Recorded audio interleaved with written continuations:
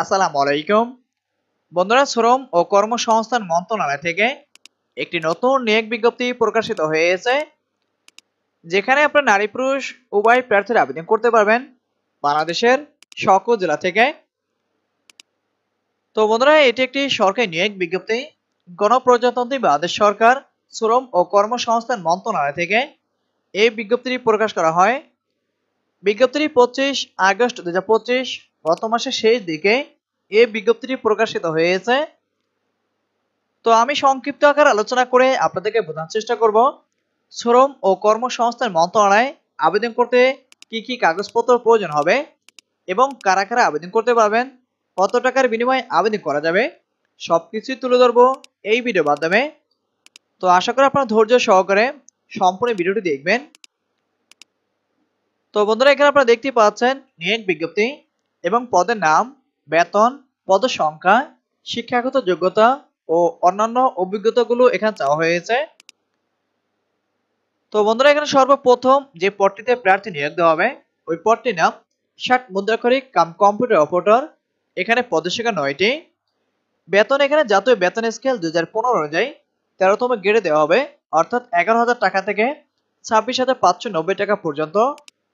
শিক্ষাগত যোগ্যতা কোন স্বীকৃত বিশ্ববিদ্যালয় হতে স্নাতক বা সমমানের ডিগ্রি যারা অর্জন করবেন তারা এখানে আবেদন করতে পারবেন এবং কম্পিউটার প্রশিক্ষণ প্রাপ্ত থাকতে হবে এবং কম্পিউটার কাজে পারদর্শী থাকলে 1 নম্বর পদে আবেদন করতে পারবেন।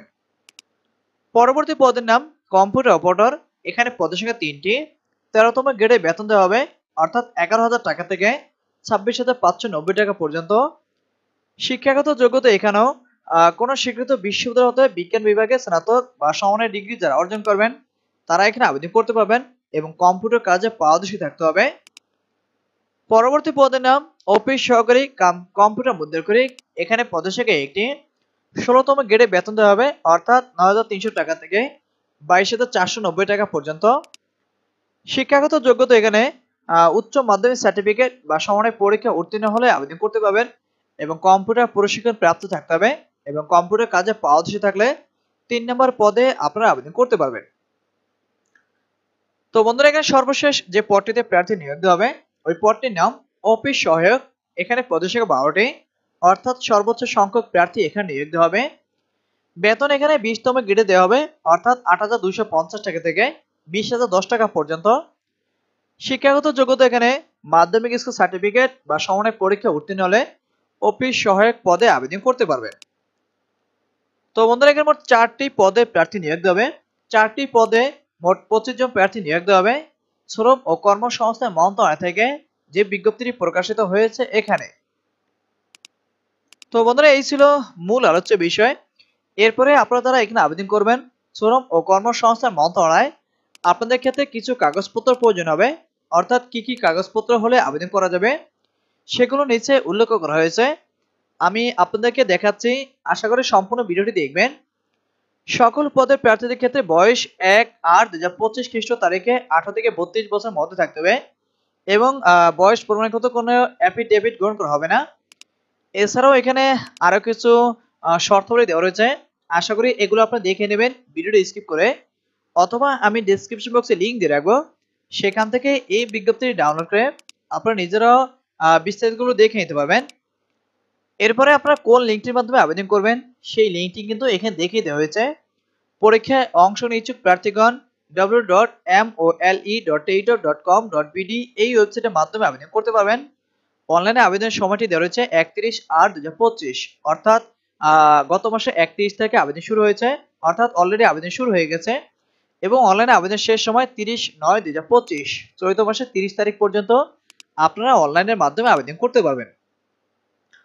তো বন্ধুরা, এখানে আবেদন করার পর 72 ঘন্টার মধ্যে কিছু টাকা পরিশোধ করতে হবে। যে কোনো টেলিটক প্রিপেড মোবাইল থেকে 2টি SMS করে 1, 2 ও 3 নম্বর পদের জন্য 100 টাকা, সার্ভিসেস 12 টাকা এবং 4 নম্বর পদের জন্য 50 টাকা, সার্ভিসেস 6 টাকা। উক্ত টাকাগুলো আবেদন করার পর 72 ঘন্টার মধ্যে পরিশোধ করতে হবে। তো আপনারা এখানে আবেদন করতে না পারবেন বা টাকা পরিশোধ করতে না পারবেন কমেন্ট করে জানাবেন। আপনাদের কমেন্টের উপর ভিত্তি করে ভিডিও বানানো হবে, সেখান থেকে দেখে আপনারা নিজেরা আবেদন করতে পারবেন এবং নিজেরাই টাকা পরিশোধ করতে পারবেন। তো বন্ধুরা, এখানে আপনাদের যে সকল কাগজপত্র প্রয়োজন হবে মৌখিক পরীক্ষার সময় তার এক সেট ফটোকপি এখানে দাখিল করতে হবে। যেমন প্রার্থীর সকল শিক্ষাগত যোগ্যতা সনদপত্র, প্রযোজ্য ক্ষেত্রে অভিজ্ঞতা সনদপত্র, প্রার্থী যেই ইউনিয়নের বাসিন্দা, পৌরসভা, সিটি কর্পোরেশন, ক্যান্টনমেন্ট বোর্ডের বাসিন্দা, ওই ইউনিয়ন পরিষদের চেয়ারম্যান, প্রশাসক, পৌরসভার প্রশাসক, সিটি কর্পোরেশনের মেয়র, প্রশাসক অথবা ক্যান্টনমেন্ট বোর্ডের প্রধান নির্বাহী কর্মকর্তা কর্তৃক প্রদত্ত নাগরিকত্ব সনদপত্র, কোঠাও দাবি সমর্থনে প্রার্থীকে সর্বশেষ নীতিমালা অনুযায়ী যথাযথ কর্তৃপক্ষ কর্তৃক প্রদত্ত সনদ বা প্রমাণপত্র দাখিল করতে হবে। ইউনিয়ন পরিষদের চেয়ারম্যান, প্রশাসক, পৌরসভার প্রশাসক, সিটি কর্পোরেশনের মেয়র, প্রশাসক অথবা নবম গ্রেড তদুর্থ গেজেটেড কর্মকর্তা কর্তৃক প্রদত্ত চাইতে সনদপত্র, জাতীয় পরিচয়পত্র, জন্ম সনদ প্রযোজ্য ক্ষেত্রে অনলাইনে পূরণকৃত আবেদনপত্রের কপি আপনাদের প্রয়োজন হবে। তো বন্ধুরা এখানে শেষ তারিখ ও সময়ের জন্য অপেক্ষা না করে হাতে যথেষ্ট সময় নিয়ে অনলাইনে আবেদন করতে এখানে পরামর্শ দেওয়া হচ্ছে। এরপর আপনারা দেখতে পাচ্ছেন এখানে নিচে মোহাম্মদ আব্দুল সামাদ আল আজাদ তার সাইনটি এখানে দেওয়া রয়েছে। যুগ্ম সচিব, প্রশাসন ও সভাপতি, বিভাগের নির্বাচন পদোন্নতি কমিটি, বিজ্ঞপ্তিটি 25/8/2025 অর্থাৎ গত মাসের শেষ দিকে এই বিজ্ঞপ্তিটি প্রকাশ করা হয়। তো বন্ধুরা আপনারা যারা এখানে আবেদন করবেন শ্রম ও কর্মসংস্থান মন্ত্রণালয়, এখানে মোট 4টি পদে 25 জন প্রার্থী নিয়োগ দেওয়া হবে। সারা বাংলাদেশ থেকে নারী পুরুষ উভয় প্রার্থী আবেদন করতে পারবেন। আর এখানে আবেদন করতে হবে অনলাইনের মাধ্যমে। অনলাইন ব্যতীত কারোই আবেদন গ্রহণযোগ্য নয়। এছাড়াও যাদের এই বিজ্ঞপ্তির প্রয়োজন হবে কমেন্ট করে জানাবেন।